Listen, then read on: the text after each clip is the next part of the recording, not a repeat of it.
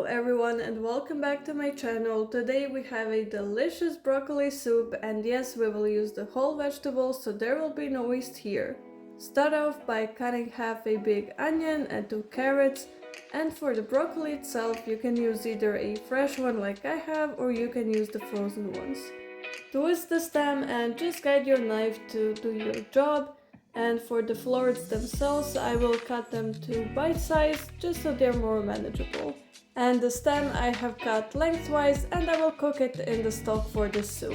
To thicken it up, I have used 30 grams of flour with half a teaspoon of smoked paprika, but I have ended up using only half this amount.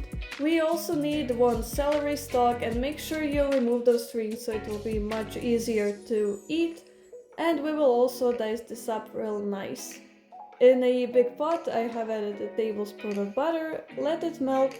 I have added both the carrots but half the amount of onion because it was just too much. Season it with a bit of salt, mix it around, and then add in the celery.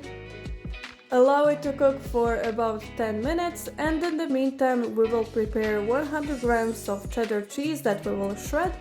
And we will need about 100 grams of cottage cheese to be blended. To the vegetables in the pot, add about 2 to 3 garlic cloves, mix it around for a minute, and then add the flour mixture and allow it to cook for about a minute as well. We want the vegetables to be properly covered in the flour, and once the flour starts sticking to the bottom of the pan, it is time to add the stock.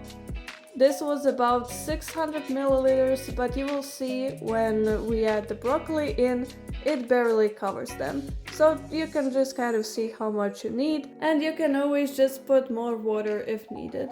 We will bring this to a simmer and let it cook for about 8 to 9 minutes until the broccoli has softened. You remember how we said that we are going to use the whole vegetable? Well, we are.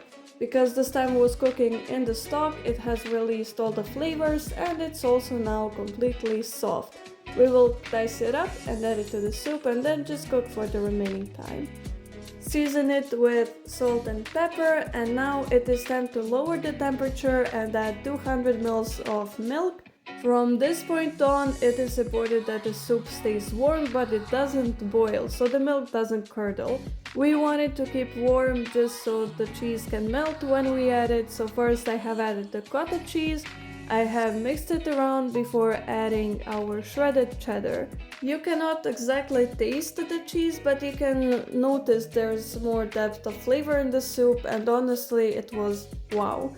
Anyway, you just mix in the cheese, let it melt for about a few minutes, and then you can decide whether you want the soup to be completely smooth, or you can leave it a bit chunky like I have. That way it was much more enjoyable, I think, because there were still pieces of vegetables, and this soup was honestly so good.